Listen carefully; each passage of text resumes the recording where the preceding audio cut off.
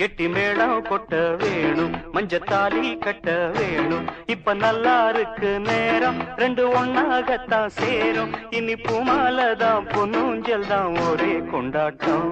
கெட்டி மேளம் கொட்ட வேணும், மஞ்சத்தாலி கட்ட வேணும். இப்ப நல்லா இருக்கு நேரம், ரெண்டு